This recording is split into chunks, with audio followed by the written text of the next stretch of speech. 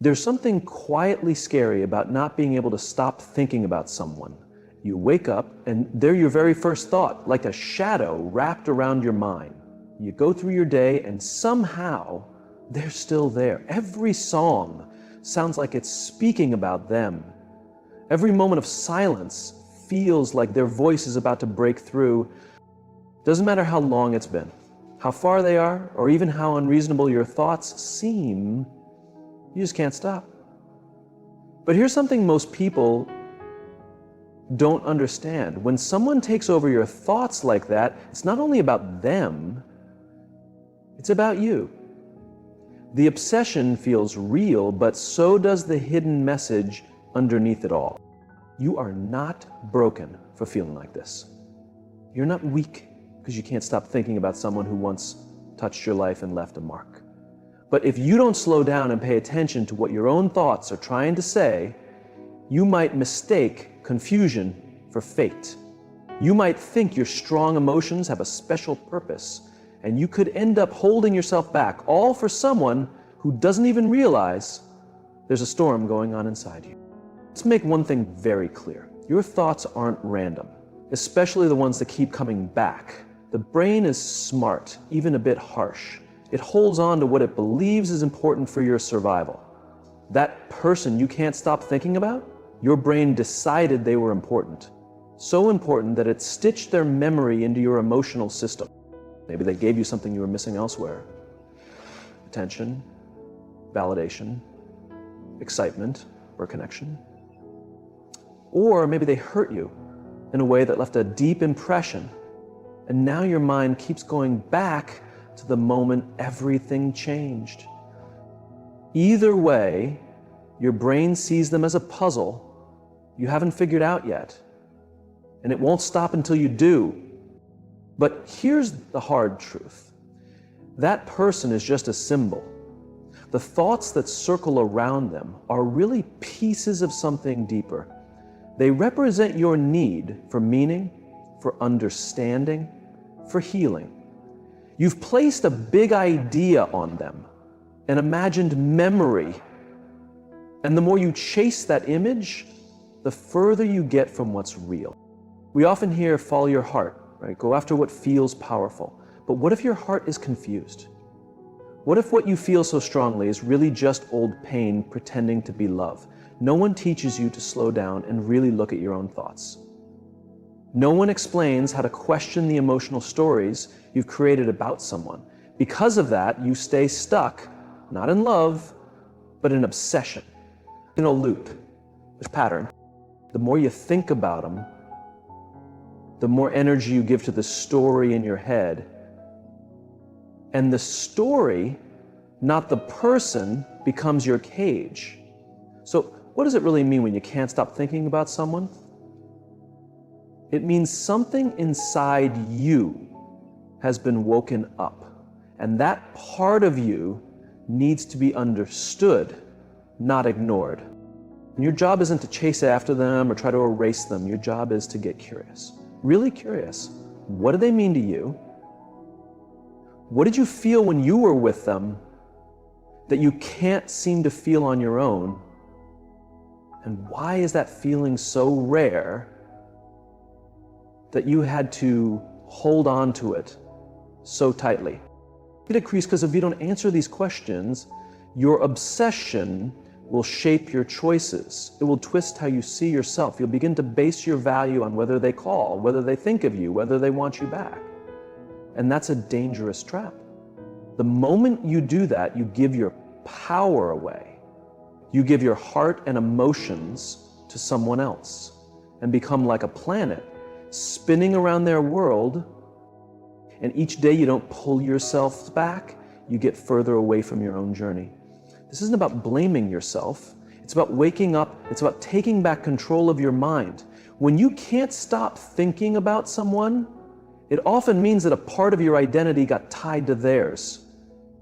The way to heal isn't by chasing or hiding from them. It's by untangling your story from their presence.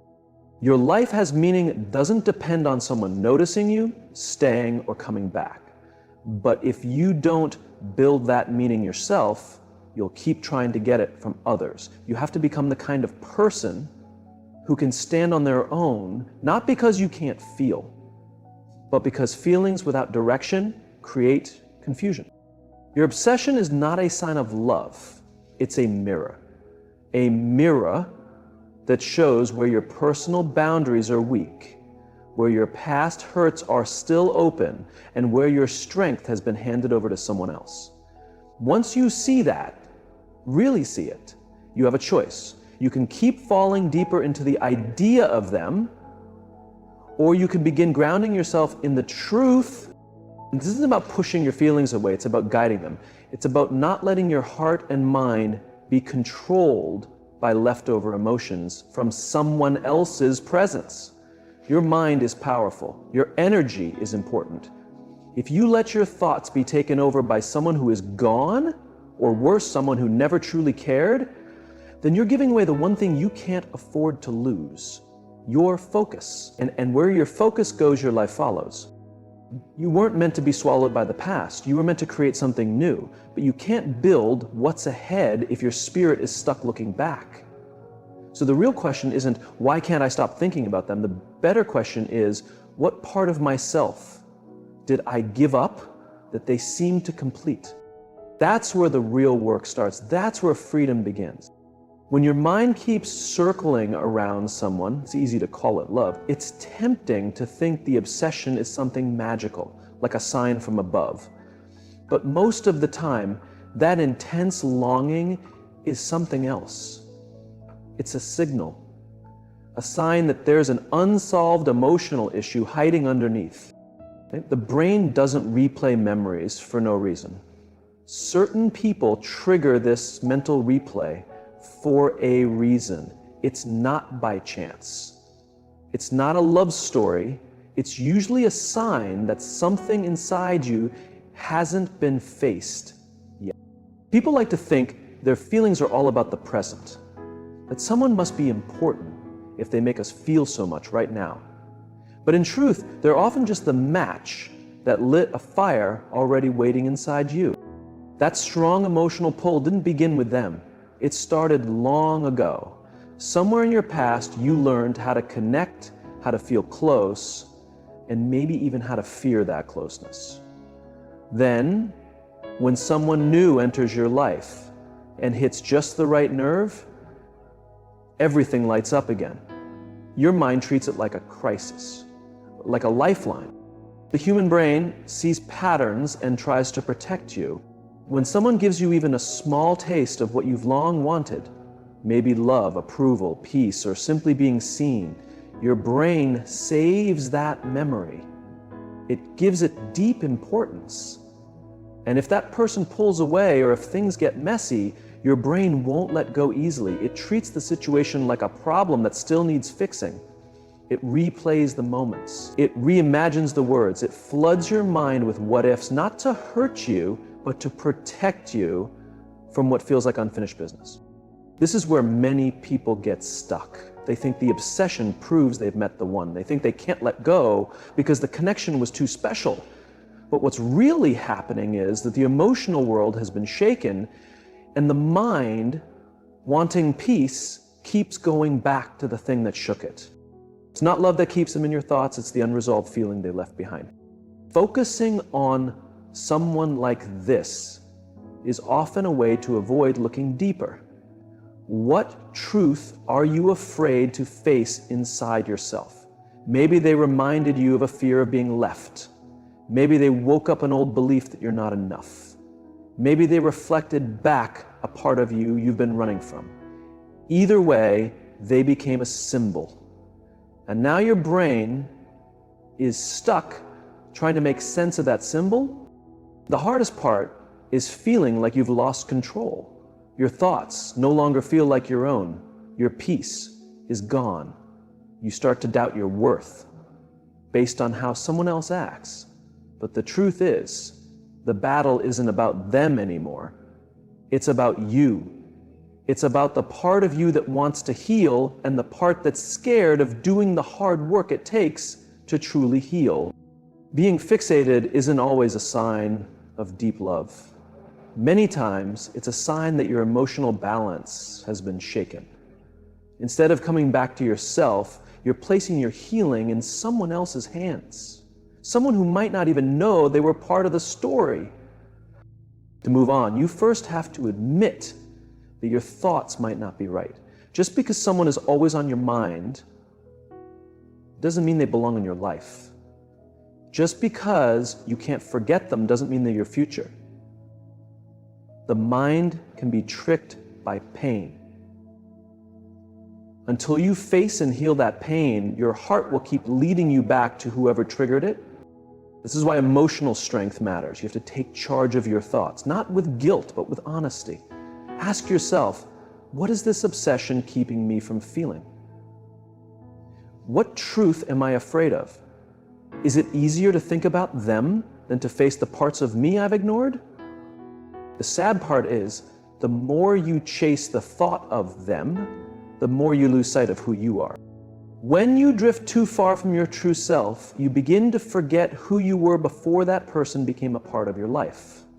You lose sight of your dreams, your values, your direction, all for the idea that if you think about them hard enough, for long enough, or with enough intensity, somehow peace will come. But peace doesn't come from thinking obsessively. Peace comes from understanding. When you realize that your obsession is a sign of something unsettled inside you, not just strong feelings, you start to regain your strength. You stop seeing the person as the answer and start seeing them for what they really are, a messenger. Maybe they awakened old fears, maybe they showed you something about yourself, or maybe they unknowingly played a role in your journey. But now that their part is over, it's on you. Your healing, your progress, your clarity, they don't depend on whether this person stays or goes. They depend fully on whether you're ready to face the part of you that felt so exposed to begin with. So that next time your mind is flooded with thoughts of someone, keep this in mind. The strength of your thoughts isn't proof that it's destiny. It's a sign that something deep inside you needs attention. It's your mind trying to speak to you, not to drag you closer to them, but to bring you back to yourself. And the sooner you listen to that call, the sooner you find your strength again. When someone is always on your mind, it's easy to believe they're a major part of your life story. But often the person you can't stop thinking about isn't really the center of your obsession. They're a symbol, a reflection, a stand-in for a part of yourself that feels incomplete. You've placed onto them something you feel you're missing, something you deeply want, something you never truly had or feel like you've lost. They become the image of a need, and the stronger that need is, the more powerful your thoughts about them become. People don't fixate for no reason. Your mind doesn't focus on something unless there's emotional meaning behind it. If someone keeps popping up in your thoughts, it's because your inner self has connected something important to them. But here's the truth. Most of the time, it's not really about who they are. It's about what they represent. You're not hooked on them. You're hooked on the version of you that you picture when you're with them. Or maybe it's the emotional state you think they could give you. Maybe they made you feel noticed, and that feeling was so rare that you clung to it. Maybe they made you feel wanted in a way that touched an old hurt, the kind that made you feel unworthy. That is the trap of emotional projection. When you haven't built things like self-esteem, confidence, security, or self-acceptance on your own, you start expecting others to carry those things for you without realizing that you give someone else the job of making you feel valued, safe, or meaningful. And the more you believe they're holding those feelings for you, the more your mind will keep them front and center, not because of who they really are, but because of what you believe they provide. It's why you can become obsessed with someone you barely know, or who treated you badly, or who was in your life only briefly. Your logical mind might not understand the strong feelings, but your subconscious does. That person represents something you feel is vital to your emotional survival. And until you take that power back, until you reclaim those missing parts of yourself, they will continue to occupy your thoughts. There is a huge difference between love and projection. Love sees things clearly. Love accepts a person for who they are with no illusions, but projection is based on fantasy. It fills in the gaps with your unmet needs. It lifts the person up, not because of who they are, but because of what they mean to you emotionally. They stop being just a person and start being a symbol of hope or fulfillment. And when you depend on someone else to give you what you haven't given yourself, you set yourself up for neediness, heartbreak, and confusion. Think about it. Why do we hold on so tightly to people who don't feel the same way? Why do we chase those who left us, who gave us mixed signals, or who pulled back after showing interest? It's because inconsistency triggers fear of loss, and that fear makes us value them more.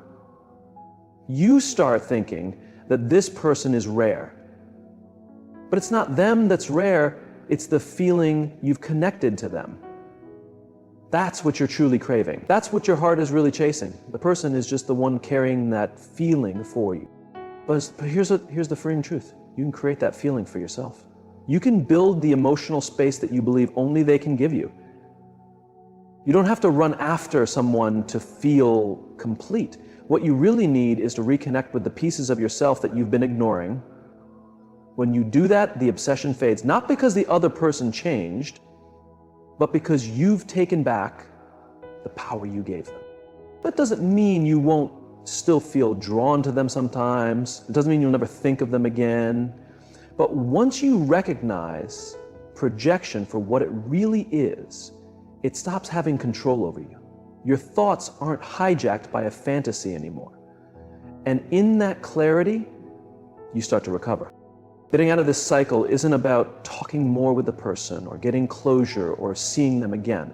The real way out is by reclaiming yourself.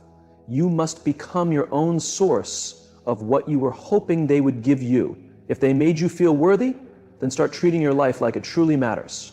If they made you feel attractive, start seeing your own beauty with care and respect. If they made you feel special, start desiring your own growth, your own truth, your own presence. But this journey isn't simple. It takes real honesty. You have to look at the places inside you that have been starved for too long. And you must stop waiting for someone else to rescue you. No one else can save you from your own emotional patterns. Only you can. But the reward is real freedom. You stop throwing your needs onto others. You become whole again. And from that wholeness, everything changes. You love in a new way. You choose differently. You think with more clarity. You stop being pulled toward people who mirror your pain and instead feel drawn to those who reflect your strength, your peace, and your growth. So if someone is always on your mind, ask yourself this: what do they represent to me? What need am I hoping they'll meet that I haven't given to myself yet? And how can I start giving myself that need today? Not tomorrow, not when they return, not if they message me, but now. Because until you do that, you'll keep confusing emotional fantasy for true connection. You'll keep mistaking dreams for destiny. And you deserve better than that. You deserve reality. You deserve presence. You deserve the deep peace that comes when you finally return your power to where it's always belonged, with you. The person who keeps living in your mind isn't just a memory anymore. They're affecting your identity. Thought after thought, day after day, they become more than just someone from your past. You start shaping your emotions, your choices, and even your self-worth around their presence. That's where the quiet damage begins. When someone takes up so much space in your thoughts, you start changing the inside of your world to make room for them. And most of the time, you don't even realize it. You check your phone, not because it makes sense, but because a part of you now depends emotionally on hearing from them. You change your actions, your dreams, your energy, just to stay tied to them, even if only in your mind. But this isn't love. This is giving away who you are for a story that doesn't help you grow anymore. One of the most dangerous parts of this kind of thinking is that it hides behind the feeling of hope. You tell yourself the reason you can't stop thinking about them must be because something meaningful is happening. You convince yourself that your thoughts mean something deep, something faded, something not yet finished. But that hope becomes a trap. You start living in a version of the future that doesn't exist. You imagine reunions, long talks, apologies. You stay stuck, not because you can't move on, but because you're hooked on a made-up version of life where they one day realize your worth. That imagined story plays like a film in your head. It gives you emotional highs, but it steals your present. It takes away your time and energy, the same time and energy you could use to work on yourself, to grow, to live something real. The truth is this: the more you focus on someone who isn't part of your real life, the more power you hand over to them. They don't need to speak, and yet they shape how you feel. They don't even have to be near you, and yet they're controlling your progress. That's not love. That's emotional captivity. And the only person who can set you free from that is you. This isn't about turning off your emotions. It's not about burying how you feel. It's about choosing to bring your attention back to where it belongs, on your life, your healing, your truth.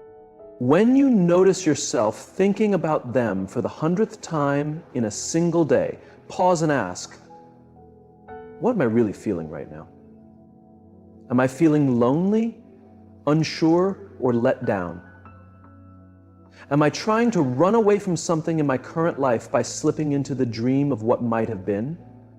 Because underneath that constant thinking is often a pain you haven't truly looked at. It might be a fear of being by yourself, a belief that you're not good enough on your own, or a wound that tells you being chosen by someone is the only way to feel worthy. That's where the true healing starts. That's what those repeating thoughts are trying to hide. There's a deeper part to this, and it's one people rarely talk about: identity loss. When your self-worth becomes tied to another person, your identity mixes with theirs. You turn into a version of yourself that only makes sense when they're around. Without them, you feel lost, like you don't know how to stand on your own. You forget what it feels like to be whole, to feel confident, and to know who you are. Mistaken identity is very different from defeat. And you almost have to release everything in effort to make something new happen. You think slowly your life stops being a dreams and start to see success or happiness only in terms of whether they come back, accept you, or notice you again. Slowly your life stops being a journey and becomes a waiting room. Taking your identity back means remembering who you were before they entered your life, and then going even deeper. It means creating a version of yourself that doesn't depend on whether they're around or not. And doing that kind of inner work takes real bravery. It means letting go of the lie that they complete you. It means facing the hard truth that you can be whole even without them, that your life doesn't begin when they return. It begins when you return to yourself. Plus, it takes discipline to free yourself, emotional discipline, the strength to sit with the uncomfortable feelings instead of running into fantasy, the strength to choose yourself over and over again, even when it hurts, especially when it hurts. Because the truth is, you don't miss them as much as you miss who you were when you felt close to them. You don't need their presence as much as you long for the emotional safety or excitement they brought. But those feelings, they can be rebuilt from within, not instantly, but through honest, steady work, by picking habits that help you grow, by having talks that bring clarity, by doing things that remind you of your worth, no matter who is or isn't beside you. The mind is powerful. If you don't control it, it will pull you into old patterns that feel familiar but are actually harmful. That's why you must stop the cycle. Not by force, but by changing your direction. Every time your thoughts start pulling you into a dream about them, shift that energy towards something real. Build something, create something, learn something, heal something. Obsession grows where energy is idle, but progress stops it. Growth is the cure for being stuck. So if someone is taking up all your mental space and they're not making any effort to be in your life, ask yourself why you're letting them stay in your mind. Ask what part of your identity you handed over to a memory, and then start getting it back. Little by little, day by day. Do it not for revenge, not to prove a point, but because your life needs your full attention. Your story can't move forward if your thoughts are trapped in someone else's chapter. When you can't stop thinking about someone, it's not just about feelings, it's about energy too. These constant thoughts aren't just daydreams. They're draining your focus, your productivity, your inner peace. Every second spent thinking about what might have happened or what should have happened is a second stolen from your present life. This kind of mental obsession is a quiet way of leaving yourself behind. While your attention is stuck in someone else's world, your own life begins to break apart. Your goals lose direction. Your self-discipline weakens. You stop fully showing up for yourself because emotionally, you've given your power away to someone else. There's a high cost to staying mentally stuck on someone, and that cost is your future. People don't always see what they're giving up by mentally staying loyal to someone who isn't part of their life anymore. It might seem like you're just giving space, waiting with patience, or staying committed, but what you're actually doing is slowing down your growth. You're putting off your next chapter, not because of love, but because of fear, fantasy, and false hope. You're holding tightly to what that person meant to you, whether it's peace, closure, love, or approval. And in doing so, you're ignoring the life that's still in front of you.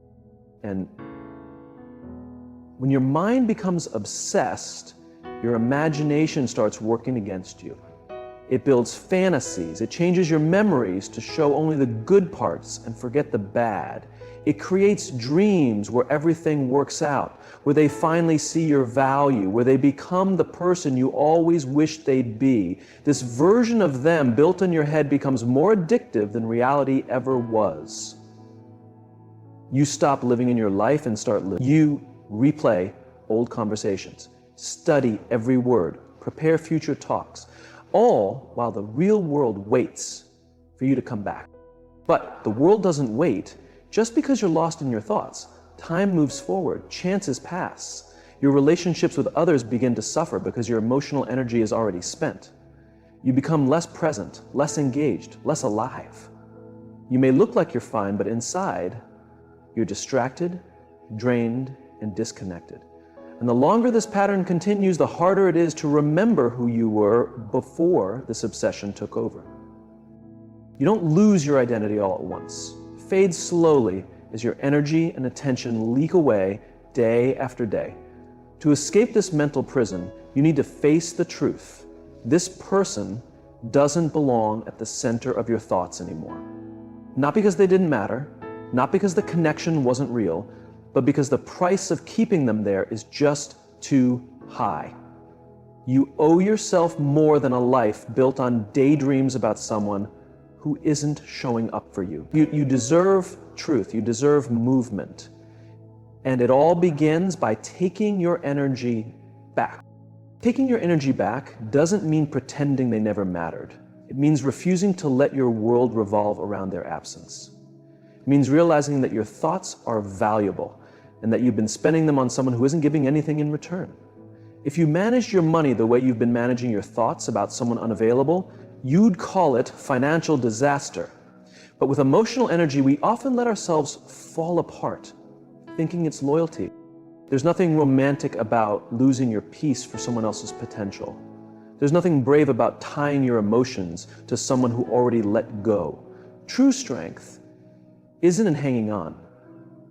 It's in letting go on purpose. It's in deciding to redirect your energy even when it stings, especially when it stings. Because that's when change happens. That's when healing truly begins. Not when they come back, not when they explain, but when you decide your life is worth more than living in between, half present, half lost in dreams. The biggest change starts with one hard question. How much of myself have I given up trying to hold on to someone in my mind? And more importantly, am I ready to start taking back what I gave away? Begin by noticing where your energy slips away each time you check their social media, each time you reread old texts, each time you imagine a different outcome. You lose a little more. It might feel like nothing in the moment, but it adds up. Those tiny moments become hours, days, weeks. And suddenly you've poured months of your emotional life into a relationship that only exists in your imagination. Healing means sealing those leaks. It means taking back your mornings, your attention, your joy. It means choosing to put down your phone when you feel the urge to check on them, and instead using that time to invest in your own future. It means building habits that keep you focused on the present. It means reminding yourself that your energy is valuable, and it should go to people and dreams that give something back to you.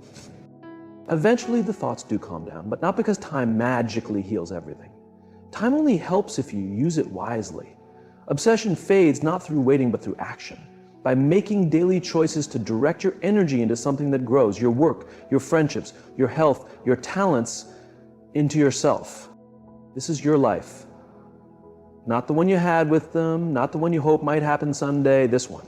Right now, with all its mess and beauty, and you have a choice to stay stuck in repeating thoughts or to step out and take back the energy that's always been yours. You are not just the one who was hurt or left behind. You are also the one who made it through.